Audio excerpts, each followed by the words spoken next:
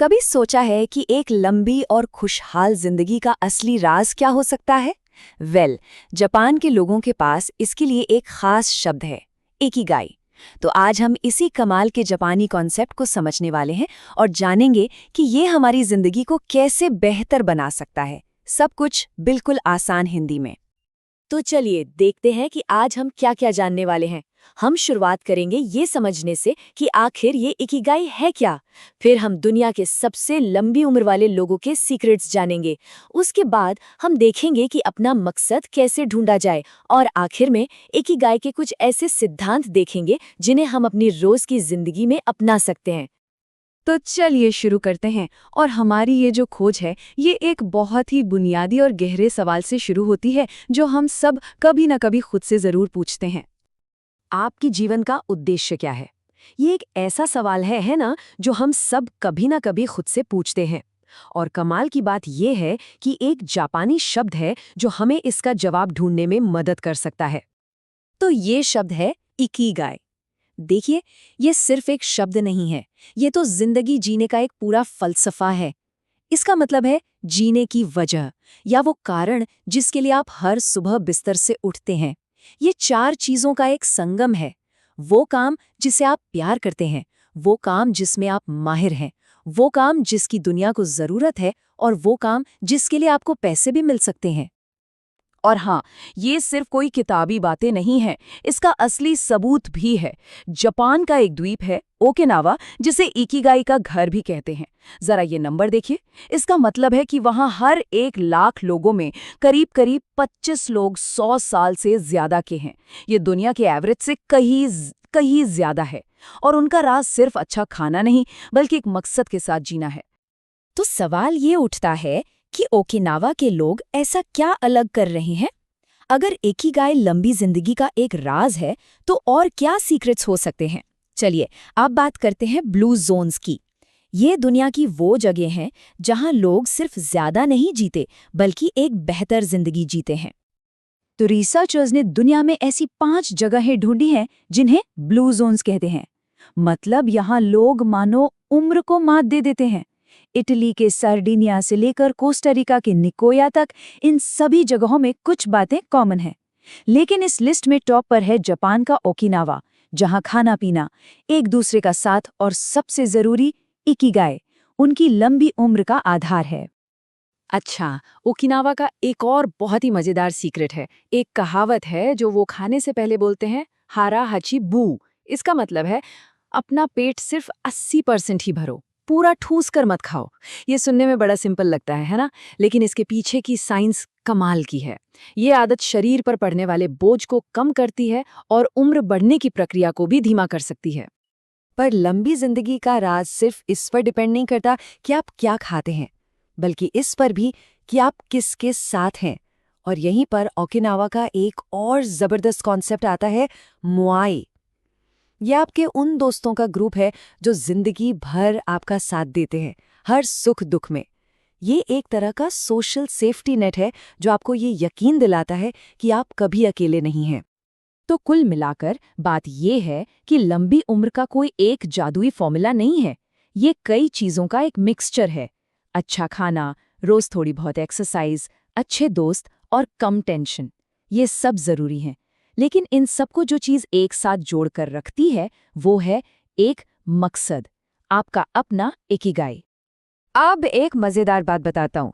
ये जो इकिगाई का कॉन्सेप्ट है ना, जो इतना पुराना है, इसका एक मॉडर्न जुड़वा भाई भी है, वो भी वेस्टर्न साइकोलॉजी में। आपको जानकर हैरानी होगी कि पश्चिम ने भी मकसद की इस ताकत को पहचाना है, बस नाम अलग है। चलिए देखते हैं कि ये दोनों विचार आपस में कैसे जुड़ते हैं। देखिए, पश्चिम में जो पारंपरिक साइकोलॉजी थी वो ज्यादातर हमारे अतीत में झांकने पर जोर देती थी, ये मानकर कि पुरानी तकलीफों को समझकर ही खुशी मिलेगी। लेकिन फिर एक साइकियाट्रिस्ट आए, विक्टर फ्रैंकल।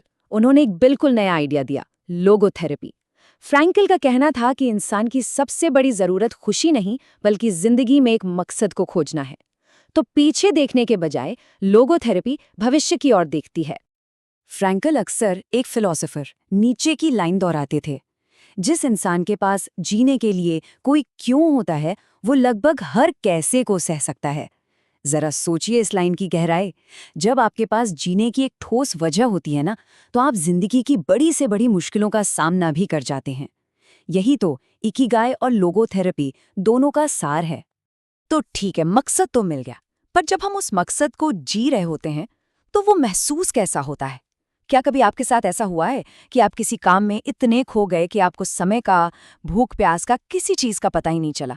बस उसी एहसास को प्रवाह या फ्लो की अवस्था कहते हैं, और यहीं पर आपका इकिगाई असल में जिंदा होता है। महान दार्शनिक अरस्तू ने कहा था, हम वो हैं जो हम बार बार करते हैं। इसीलिए महानता कोई एक काम नहीं बल्कि एक आदत है। और फ्लो का आइडिया इसी बात से बहुत मिलता जुलता है।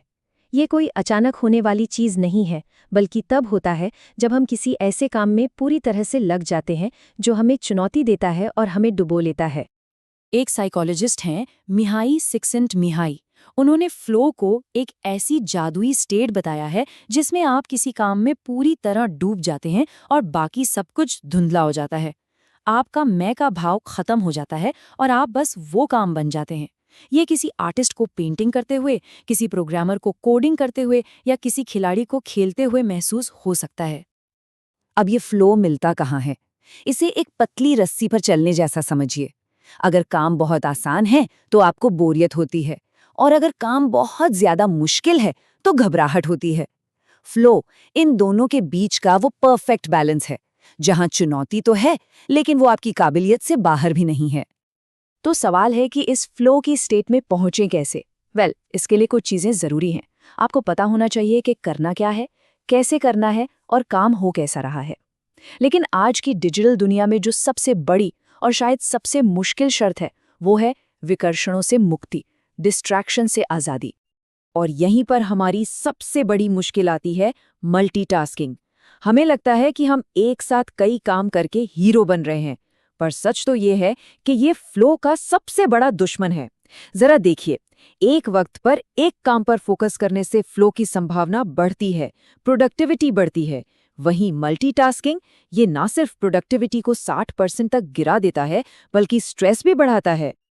तो हमने इकिगाई के पीछे की फिलॉसफी, साइंस और साइकोलॉजी को समझ लिया है। अब बात करते हैं कि इसे अपनी जिंदगी में उतारा कैसे जाए। तो चलिए, अब हम इसे 10 आसान सिद्धांतों में समझते हैं, जो हमारे लिए एक गाइड की तरह, एक कंपास की तरह काम कर सकते हैं। ये हैं इकिगाई के 10 नियम।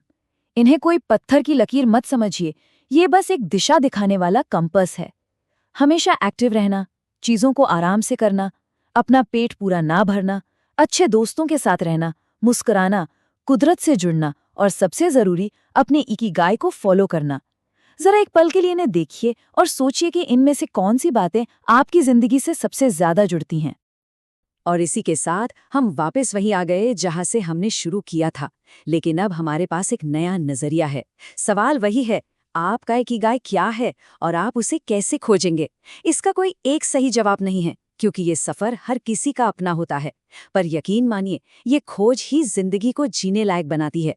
हमारे साथ जुड़ने के लिए शुक्रिया। अब आपकी अपनी खोज शुरू होती है।